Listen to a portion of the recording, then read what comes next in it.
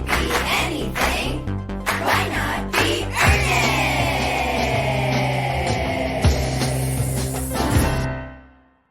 earnest? Paula, you know how sometimes you dream something Thank really, you. really, really hard?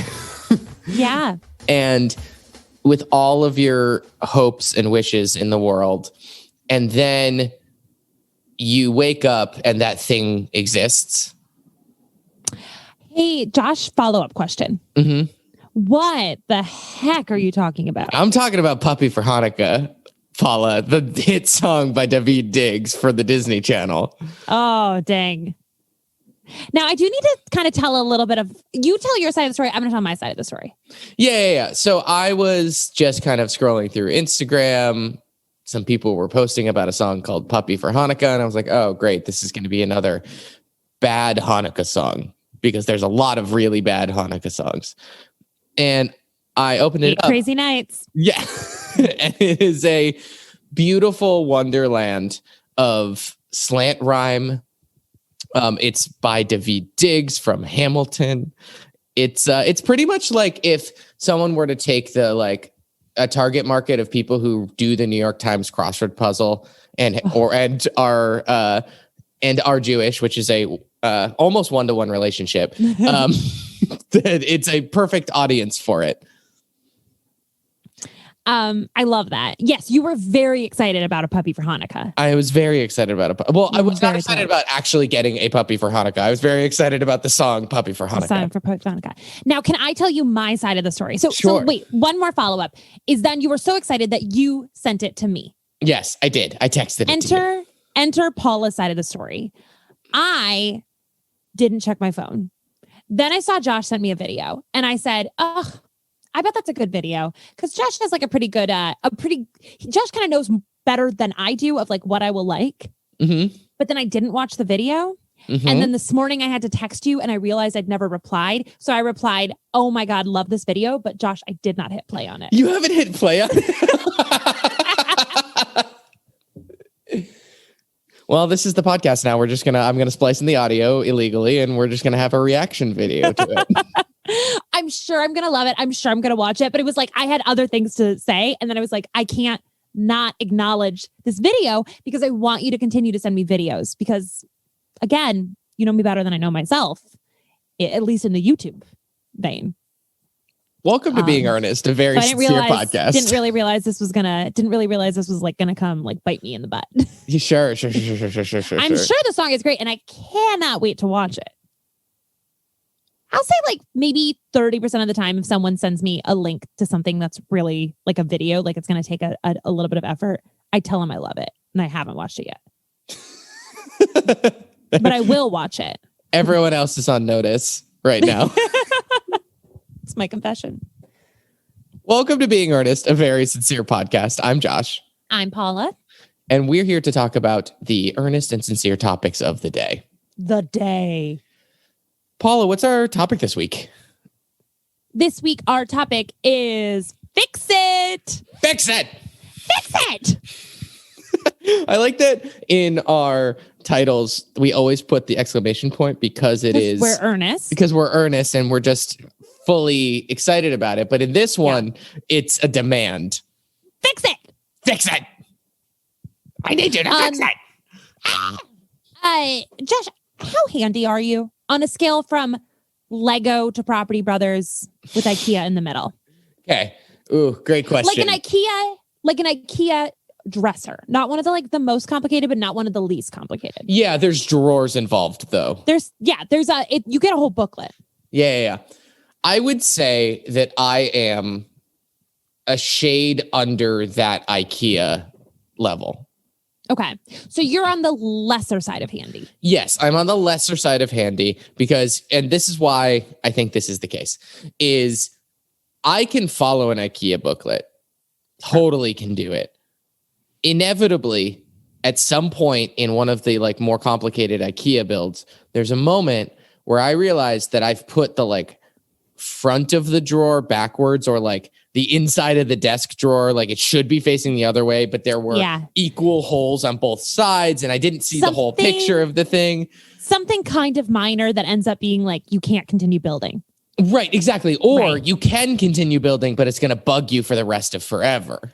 Right. You're always going to see it. Yeah. And I think for me, I don't have the mental fortitude to go back and redo it.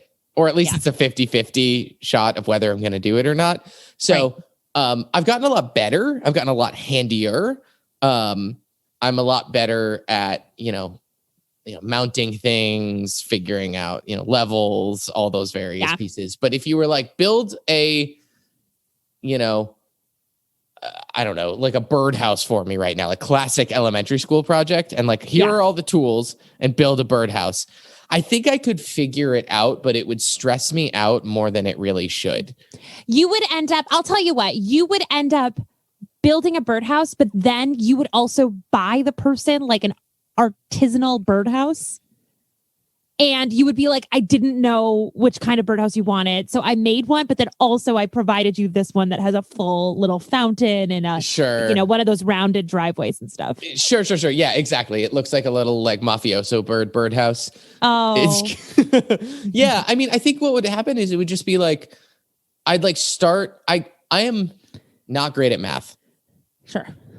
And as a result, actually, that's kind of a lie because folks, unless you are brand new to this podcast, we created a card game and Josh has done 100% of the math because whenever he asks me about numbers, my eyes fully glaze over. And I just hear that like, hello, darkness, my old friend. Like it just starts playing. Sound of silence. And I fully do not pay attention. Sure.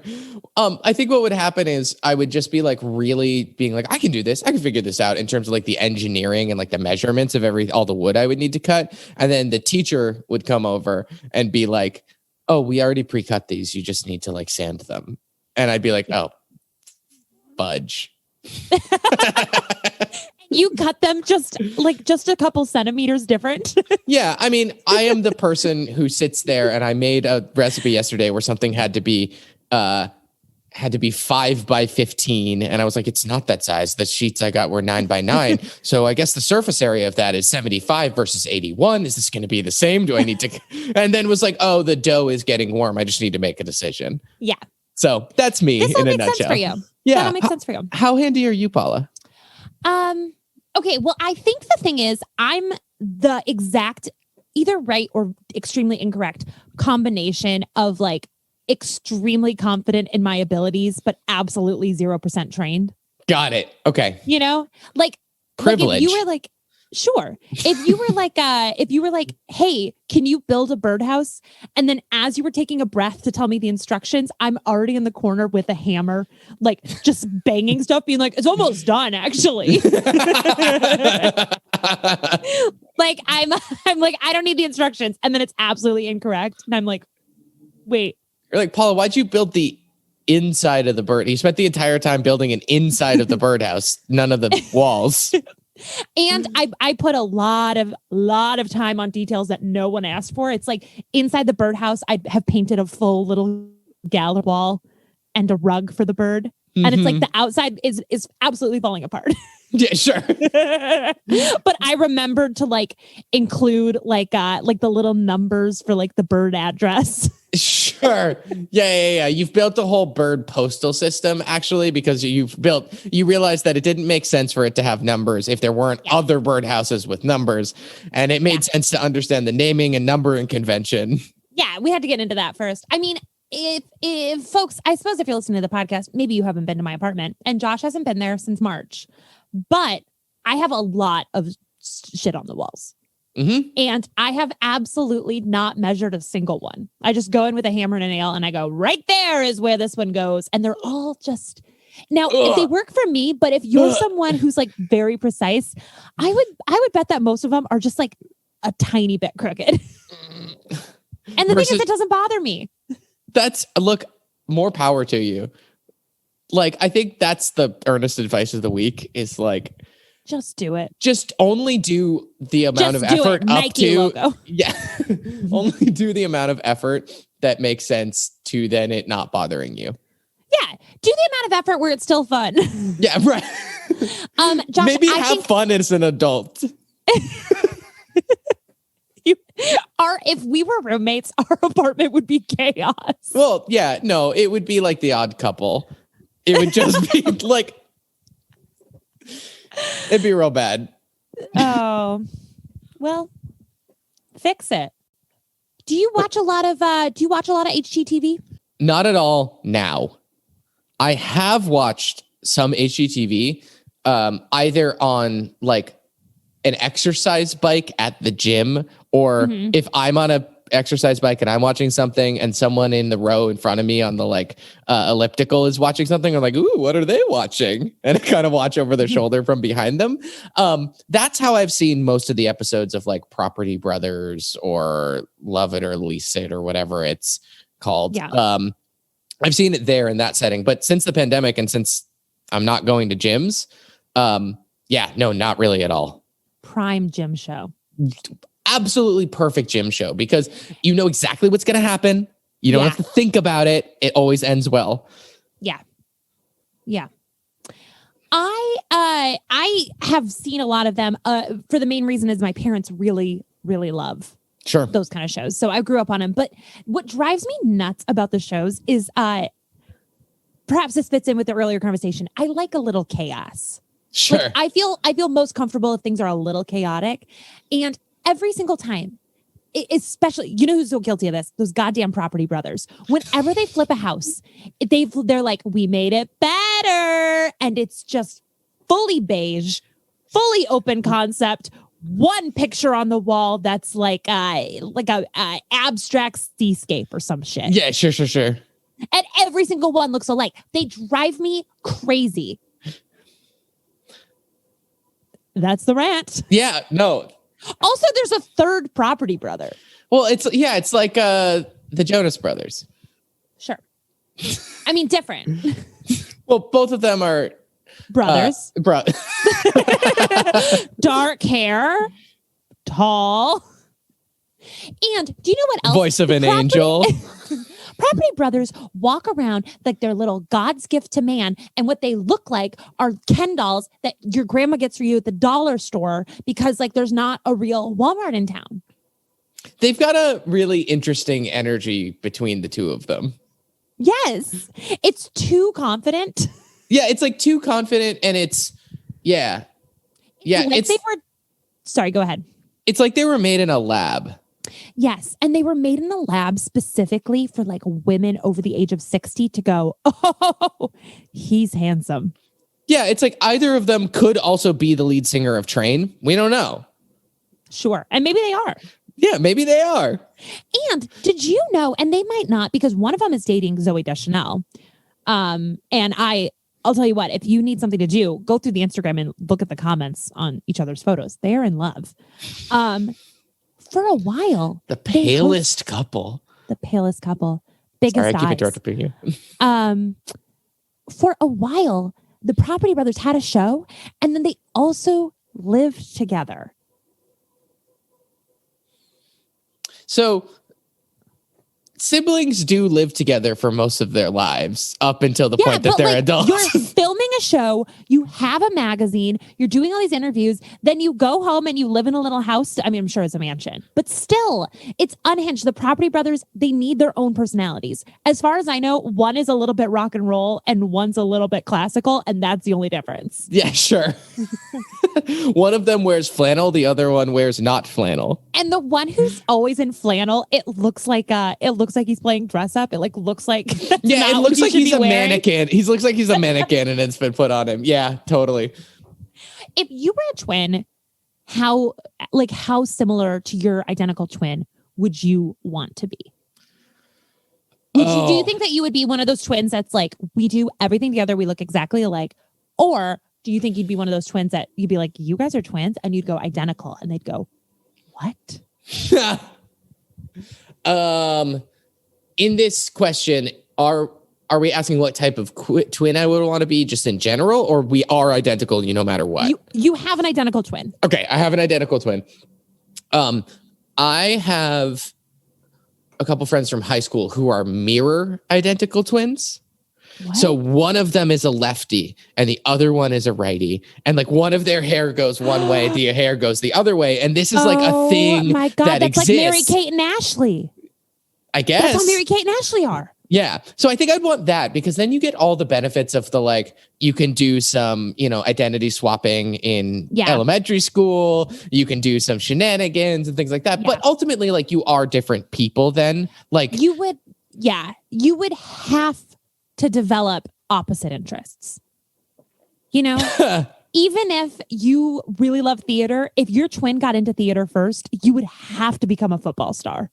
Or you'd have the same interest, but you have to do different things. So, for example, like one of you is like behind the scenes and one of you is on stage. Or like, it's always a complimentary kind of like you're the tops kind of situation.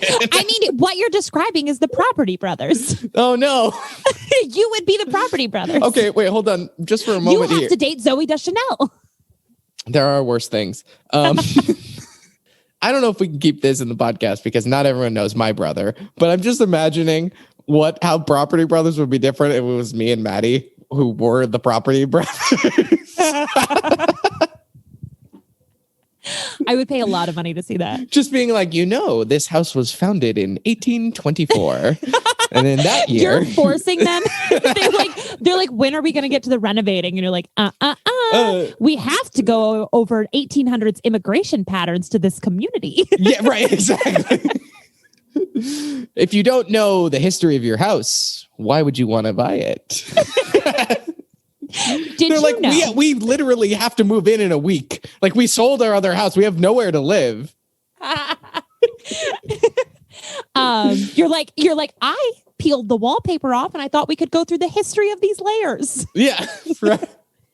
Did you know on Halloween, I got, I drink a lot of wine and I somehow made the decision to pay $11.99 for a website called Died in House to see who died in my apartment, to see if there were ghosts. Oh, wow. Did anyone? Yeah. Huh. Yeah. Huh. Kind of the end of the story, but yeah, wow. Relatedly, now I would say why $11.99, kind of useless. Now, is it helpful? It doesn't say interesting. You're just like, oh, this person is dead and they used to live in that unit. And it's like, okay. But I'm telling you right now, if I bought a house, I'm a little superstitious. I'm not super superstitious. I would be bringing in everything, every single thing. Bring in a psychic, read the energy, bring in, a healer to like wave around whatever it takes. Like we are making sure that this place is good to go. Sure. Yeah. You're doing that like green night scope ghost hunter shit all through it. Absolutely. Because I'm not paying, I don't know how much a house costs, $100,000. I'm not paying $100,000, $100,001 to like find out it's on like an ancient cemetery or something. Like we're bringing in everyone. Grab the priest, grab, your friend from college's cousin who like says she's like a holistic healer. You're all coming in at the same time. So the problem here, Paula, is that now you're creating a Clue situation. So even if there wasn't someone died, even if there wasn't someone dead there, now you've got just like stereotypes of types of people and professions enough that like you're creating a zany movie in which there's going to be a mystery murder. And then now you've created the murder in the process of trying to prevent the murders. Now, okay, first off, that's an amazing movie. TM. Second off, this is an amazing HGTV show. You bring in everyone. You lock them in a house. Oh, you call it Old Bones. Okay, you call it Old Bones. There's what would there be? There'd be like a ghost hunter. There'd be a priest. There'd be like an energy reader, maybe. Yeah, ghost hunter. Yeah, like an empath. Yeah, you bring in all these people. You lock them in a house and a historian. Josh, you're yeah. I was gonna say you need like the local college's historian. Yeah, you lock them in the house for 24 hours. You say, clean it up, fix it, mm-hmm. and then you watch. I would watch every second of that. Yeah, maybe it's Good Bones instead of Old Bones. But Good bones. And what about, we keep going. We bring in someone, just a guy who bought a metal detector on Amazon. Yeah, no, there needs to be like a hobbyist. You know what I mean? Like, yeah. And then you bring in. Oh, go ahead. Sorry, we keep interrupting each other. No, you go. You bring in like one just union general contractor. Like, who's just trying to do his job. Just trying to do the job. Just trying to do an inspection. Yeah. You bring in also a couple of middle school girls at a sleepover who have just seen The Ring for the first time and they are on edge. They're the narrators of the whole thing. Like, did you just hear that? I would watch every episode of that show. I love the idea of like the narration being like over it and being like Kaylin and Samantha have just watched The Sixth Sense for the first time.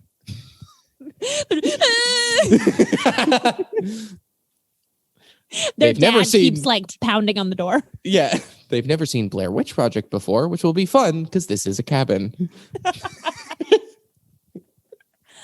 Now that is the show I would watch endlessly. Yeah, so good. And no one can steal that. That's ours. That's ours. Yeah. I hate to keep staying on this subject, but Paula. Josh, no one tunes into this podcast for like information. Like they're not sitting here being like, okay, done with the jokes. Tell us how to build a bird bath. Yeah. Well, if you want to learn how to build a bird bath, Google it. Yeah. So you're an only child. Thank you. How do you think you would do with a property brother? Like a twin or one of the property brothers? Let's say that you are one of the property brothers, but you're still you. Okay. But then the one of the property brothers, let's say flannel or suit? Suit. Let's say Suit is also your brother. You are fraternal twins. And I host the show. You host the show too. We'd fight. We'd fight. And wait, Flannel is my brother? No, Suit is your brother. So you're the handy one. My brother. So I'm the handy one. I would be so annoyed with him. I'd be like, shut up, shut up, shut up. This is why mom likes you more. Shut up, shut up, shut up. He comes in. He like opens the door. They're like, let's check out how Paula's doing with fixing the basement. And it's just, I just have somehow just lines of duct tape on the wall. Uh-huh. And I'm like, I told you to tell me before you came in. I like that it immediately jumped to mom likes you more. Very competitive. I'm not used to having a sibling. Yeah. I just spelled out like suck it nerd on the wall. Sure. Speaking of duct tape, remember when that was a thing? Like that was a fashion choice you could make? Like you'd put duct tape on something or you'd like have a duct tape wallet. Yes. Now, I don't know the age group of our listeners. And I always assume that like everyone who's listening has had the same experience as us. But if you have not, if you did not experience, I would say high school in the 2004 to area. Yeah, I want to say like early 2000s. Let's say high school in the early 2000s. Yeah. If you did not experience high school in the early 2000s, there are so many bizarre details that like will never make the like time capsules remember when list. Cause it's like, what are you talking about? And duct tape had a extremely bizarre renaissance. Yeah. Very weird artsy moment where. Yeah, and everyone is making shit out of it. I remember I was at theater camp and one of the things that you wanted to get that was like a status symbol was a fully duct tape wallet. And there was one kid there whose name was David, clearly David. But everyone called him Fred because camp. And you wanted a wallet from Fred. Like you could have a duct tape wallet, you could work on it, he could teach you how to do it. But like he was the brand name that you wanted. You wanted a Fred wallet. You wanted a Fred wallet, a fraudlet. And it was like this is also when they started selling duct tape that was like different than just silver. Mm-hmm. Like you could get neon, you could get like Caution tape. Caution tape. There would be like cheetah print. There would be like little rubber duckies on it, which rubber ducky print was also like a weird thing everyone was into. I remember people were like making prom dresses and prom suits out of duct tape. Well, that's like a contest that still happens. Duct tape still happens. Well, let's search it. Okay, so first off, I have breaking news for you, and that's that it is called Duct Tape. I always thought it was DUCT, but it is duck. So that's a brand. Well, I guess it makes sense why there was rubber ducky print. Yeah, I was gonna say that. Like, what age were you when you realized that it wasn't duck DUCK? It was DUCT for the thing. Yes, but then, well, I was this age. Yeah. Okay, but there is a brand. They have a contest every year called Stuck at Prom. It's a good name. It is the grand prize for tux and the grand prize for dress is a $10,000 scholarship. I mean, that seems worth it, right? That seems worth it. Should we pretend to be at prom? Or can we throw a prom so that we can go to grad school? And ours look like we did not. We messed up. It's just fully stuck to our bodies. Yeah, right. We're like, this hurts. Yeah, we didn't put the inside. Like, ow. This isn't worth it. It's not worth it. But it's interesting that duct tape had this kind of like vibe. It was a thing. But it's not like you ever hear about like, oh, we got to get those Post-it notes wallets. Yeah. Yeah, there's not other office and home improvement supplies. It's not like, oh yeah, everyone's walking around with PVC pipe canes. Right. I wish they were. That would be cool. You'd meet and you'd bonk it on the ground and you'd all have different pitches because they'd be different lengths. Da, da, da, da. I'm just imagining that, like a full line of people waiting in line for the train being like, doo, doo, doo, doo, doo, doo, doo, doo, doo, doo, doo, doo, doo, doo. This has got to become real. Yeah. What office supplies / home improvement tool do you think you could make couture, like stylish? Oh, okay. Well, I don't know if this counts, but the paint samples at Home Depot. Because there is something that snaps in my brain when I see those where I'm like, it's like Pokemon cards. I'm like, gotta catch them all. And I have this overwhelming urge to just start shoving those paint samples in my pockets. It's like open bar syndrome where I'm like, it's free, isn't it? Yeah, sure. Yes. And so I love the idea of actually doing something with that. So there's no demonstrated I love the idea of like just lots of like a full dress that's just paint samples all over it. Yeah. And I don't really sew, and my hot glue gun's broken. So there's just they're just Scotch taped to my body. Sure. Yeah. I like that a lot. And I'm like, here's prom. Honestly, would be better than my real junior prom, in which my date wore the ugliest top hat and cane you've ever seen. I had a temperature of 102. We went to his prom. Like, he went to a different school. Dumped me in an inflatable obstacle course at after prom. First breakup. Didn't know a single person there. Just sat there by myself. Wow. My parents didn't pick me up till 4 a.m. That's terrible. That is best really day of my life. terrible. I'm married to him now. I'm married. That's what would you sad. use? Yeah, I know. It's like so funny now. Yeah. But also I have to respect it, because that is such a wild level of hate to have for someone. Like he must have just been like, I cannot even for a second longer pretend I want this. Also, I fainted at some point in the night. Like, oh my God. He must have just been like, I hate her so much that I cannot do this tomorrow morning. Why did you go to prom with a fever of 102? Well, it had like broken and I didn't want to miss it. It's a whole thing. I would never do it now in COVID times. But, you know, when you're 16, you're pretty good at being like, I actually feel great. This temperature's actually gone. Yeah, sure. Yeah. And I'm not defending him in any way, shape, or form. Yeah.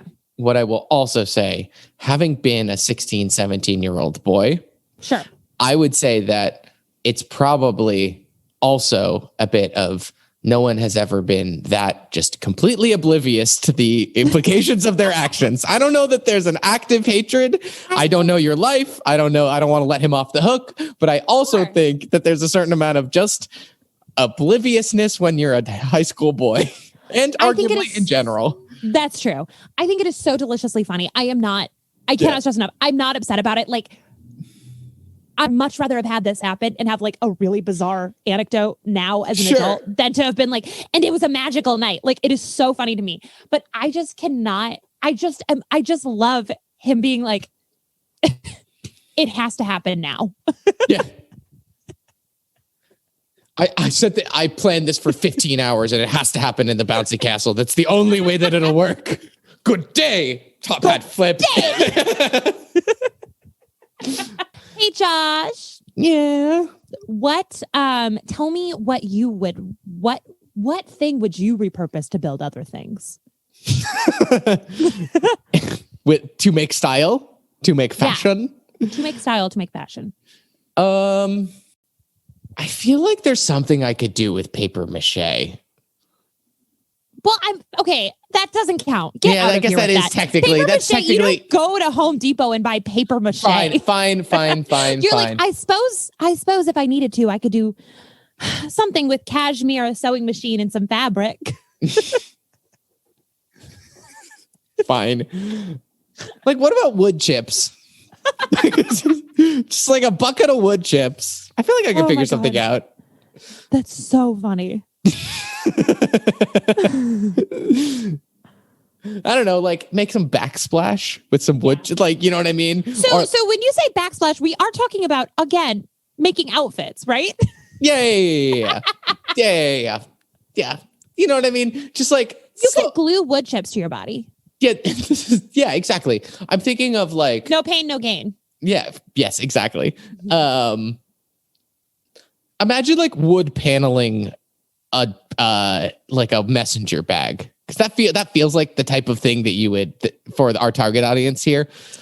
Yeah, and it would absolutely give you splinters whenever you brought it somewhere. Yeah, but you had to also. It's kind of a mix of like you put it on. It's wood chips. You put it on a bag, but it has that like enamel pin / like D&D mini type of culture around it, where you paint your own.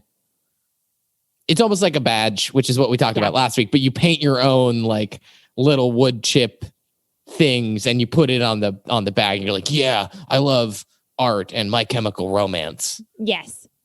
Oh, this is cool. Yeah. Add it to our store online. Yeah. Okay. I'll go to Home Depot and you can. No, please. We've already put in so much work developing a new product. Yeah. Please, no. You know how every TV show is about an anti-hero now? Yeah. Like we did it once with like The Sopranos and everyone was like, this works. Yes. Also, sorry, but like I'm watching The Sopranos for the first time. Don't mess with the mob if you don't want something bad to happen to you. That's kind of the story here. Yeah. If you don't mess with the mob, they're not going to mess with you. Yeah. It's more of a life lesson for everyone. Yeah, that's the moral of The Godfather. It's the moral of Fargo. Yeah, all of it is, hey. Hey, if you don't mess with the mob, you just occasionally go to their house for a nice party, a little charcuterie spread, a little gabagool. Have yourself a nice time. Yeah, exactly. Just don't ask for any favors. Come on. Yeah.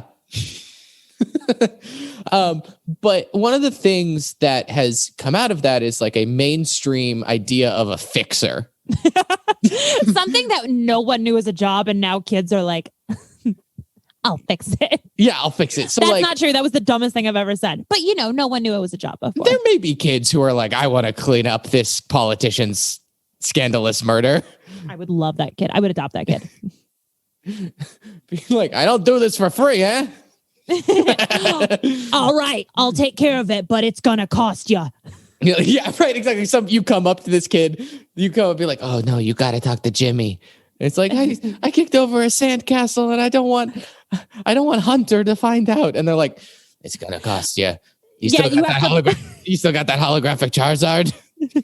You have to blindfold them and take them to a second location so they don't know where they are. Right. Exactly. But yeah. Okay. So a fixer would be like Olivia Pope from Scandal. Yep. Ray Donovan. Yep. Doug Stamper from House of Cards. Okay.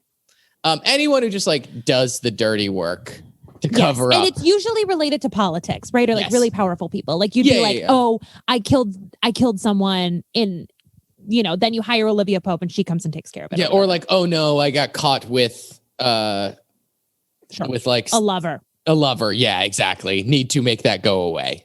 Right. Now, I will say that this is a job that neither one of us would do well at. No. We would be such bad fixers, Josh. No, we would be terrible. Yeah. Because we would do it and then we'd come on the pod and we'd be like, oh, you're not going to guess what happened to me this week. Yeah, you're exactly right. Because I do think that the two of us are very good under pressure is the thing. Like, both of us are very good in situations where we're like, yep, well, let's just get this done. We'll figure it out. This will happen. But it's the like immediate aftermath where we'll just like look at each other and be like, oh my God. And we'll like be on a bus talking about it. Very loudly. Yeah. Holy cow.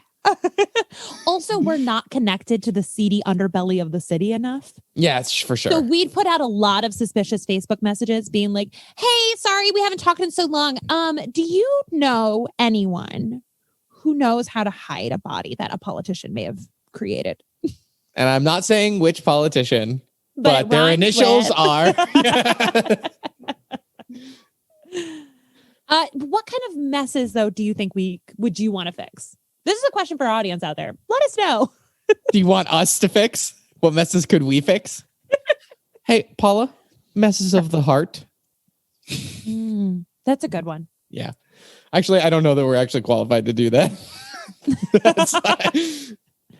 Ours would be like people are like having like an awkward conversation, and that's yes, yeah, exactly. We can come in and be like, "What have you talked about? What kind of seahorse you'd most want to race?" Yeah, we're essentially like dinner party fixers. Like, oh no, look. So here's the problem: is you kind of almost have a theme, but you don't have a theme for this party, and like you're not going all the way in. You might want to have an activity in the first hour just so that people get to know each other. Okay, picture this. There's a dinner party, right? It's so awkward. It's so awkward. None of the guests are mingling. There's no small talk. One of the guests excuses themselves from the table. They said, can you show me where the restroom is? The host shows them awkwardly. They come on. They pull out their phone. They go, hello. We need you here in 10 minutes. And you and I go, we're on our way. And we show up and we bust down the door screaming about a made up copy of Babysitter's Club that we want to write. You're yelling at them about like medieval, like weird history of food they ate at their dinner parties. I'm pasting a pin the tail on the donkey on the wall. And we think of us as fixers, but we're actually like, when the Cat in the Hat comes in to like those kids' rainy day and ruins the house, and they bring thing 1 and thing 2. Yeah. We're the things. Yeah, totally. Because here's the thing is it's a no fail business policy. And or TV show, again, HGTV, if you want this to be your show. Sure. Well, we have a couple ideas for you, honey. Yeah. So here's the thing. If we bust down the door in our, I can only assume, gown and tux, we start doing all these, it's essentially a scattershot approach of what's going to stick for the party. So we have like, I'm like, do you want to talk about the history or politics or things like that? And you're like, here's a pop culture thing and here's an activity and like one of them's going to work. Right. And we're moving so fast. No one can understand what we say. We keep shoving the no wrong answers in their faces going $25. Yeah, right. Exactly. You paid for these. They come included with us. And so, and then, but here's the thing. If we freak everyone out and we leave after 5 minutes after setting this up, we've also done our job because they have something to talk about now, which is those two absolutely wild people who came in here, and Greg, who felt like he wasn't able to control his own party and hired these two absolutely people. Now they can roast Greg. It's really like it forever. This is a memory. This is a business model. It always works. We just are coming in, throwing beads at people, like being like, "Is this something?" Yeah. It's the equivalent of when we like prep for an episode when we're like, "Is this something?" But just physical, and it might hurt people. I keep grabbing guests by their shoulders and hissing in their ear, "Is Bob the Builder hot?" Which train would you kiss? Yeah, right. Squeezing too hard on their shoulders. Yeah. Which celebrity did you have a crush on, but also know wasn't good for you? It's just pure chaos. Yeah. Oh, that's funny. Does it help our podcast when after we say something that we laugh, I go, "That's funny"? Hey. I think so. I think so, because it's an audio medium at a certain point, and they can't see us laughing. You know how I have to be like, so Paula is pointing at something like that. I think that for some of our listeners, it really helps to be able to be like, that was funny. Hey, we're allowed to laugh at that. Hey, it's a podcast version of the applause sign. Oh yeah. Oh wait, I have a story for everybody. Okay. Speaking of applause sign. Wow. I was a virtual guest. I was a virtual audience member on the Drew Barrymore Show this week. Paula, we're 44 minutes into this recording. I did some dumb intro about like Puppy for Hanukkah, which is great. You should listen to it. I will watch it. But how are we 45 minutes into this and this is the... Okay, so let me say first off, everyone at home, I know you're bored. I know you're bored right now. So this is my extremely genuine, earnest advice is so many talk shows are having virtual audiences and they're great. I did Drew Barrymore. It was so easy. Like just, there's not like a website, just Google like virtual talk show, virtual audience, you know, Drew Barrymore. I'm doing Kelly Clarkson this week. Ooh. Like you can just do them. One of my coworkers' wives did that. Yeah. It's so fun. It's chaotic. You get on, it's like kind of early in the morning, but like it was before work. Like we were done by 9 and you turn on your camera and you have to wear a bright color and they like, you watch the show. Like you don't see any behind the scenes stuff. Like in breaks, it's just a black screen. Mm-hmm. Chaos. Sometimes there's an applause sign. So you have to clap on the camera. So when Drew Barrymore walks out, there's like a screen and it's all her audience members. I'm right behind Drew. Like blocks the entire time. For like the whole time that she's talking to the audience at the top. It's like me and then my mom below me. It's wonderful. I'm obsessed with the Drew Barrymore Show because it is chaos. It is so incredibly chaotic. It is so like you don't know what's going to happen. And so just do it. Just do it for an hour. That'll help you. I think that's going to do it for us. I think that's going to do it for us. Thank you, as always, for being with us for another week, listening to us for another week. We don't have any imatwas this week, earnest moments of the week. Maybe the Drew Barrymore counts. Yeah, exactly. If you have earnest moments of the week that happen in your week, we'd love to hear about them. You can send them to us at Being Earnest Pod on all social media or beingearnestpod@gmail.com.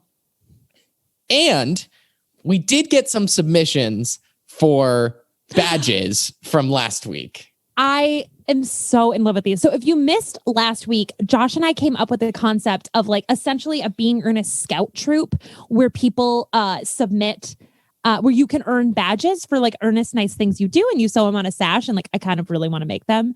And we asked if anyone had submissions and we got some really good ones. Yes. These ones come from Jack, listener Jack. Hi, Jack. Hi, Jack. He suggested adulthood merit badge and or A points for millennials earned by signing up for your own cell phone plan and leaving your parents' cell phone plan. Yes. I have done that one. I have done that one. I have done that one. Similarly, signing up for individual auto insurance. Oh. Having a newborn. That very recently, but only very recently. Yeah, I'm waiting for the DMV to open back up from COVID things. Having a newborn and suddenly finding new respect for parents' ability to operate in sleep deprivation. Wow. I can't even operate on sleep because I stayed up till 3 a.m. scaring myself with unsolved mysteries on Wikipedia. Like the next day I'm like, I'm calling off sick of work. Yeah. Calling your parents' friends by their first name instead of Mr. or Ms. last name. Oh, that's a good one. Yeah. My parents, if you called them Mr. and Ms. Linden, they would be like, get the fuck out of my house. That's what I'm going to call them from now on. No. Having someone call you Mr. or Ms. last name. Oh, that would freak me out. Do you ever have that moment when you're like, it's been a while, but like at an airport and it's just a public space and maybe some child is like not doing exactly what they're supposed to be doing. And a parent will be like, hey, Clive, stop bothering that very nice man. And you look around and you're like, oh, wait, no, the very nice man is me. Like, I'm the man. I'm the man. I'm a man? Like, I'm an adult? What? No. You're an adult in their eyes. Isn't that strange? Very weird. I don't have that because I am usually like, okay, kid, what are we getting up to? Yeah, sure. I guess a couple weeks ago, you were like, you mentioned something about being on the train and making a lot of friends. And then within a minute, you were like, and they were all kids. Thank you as always to Ryan Cruz for our beautiful logo. You can find her on Instagram at @RBCruiser, and to our buddy Dylan Dutch for our wonderful theme song. He's on Twitter at Dylan Dutch, and be sure to check out his music project, Death Love. It is one of my most listened to songs of the year. Wow. On your Spotify Wrapped. Well, it's on my Apple one. Oh, wow. Oh, wow. I'm an Apple Music girl, and I hate that about myself. It is one of the worst things about me. And until next week, just remember, if you're going to buy a house, make sure everything's out of it. Just hire everyone. Yeah, cleanse the energy. Thanks, everybody. Have a good one. Bye.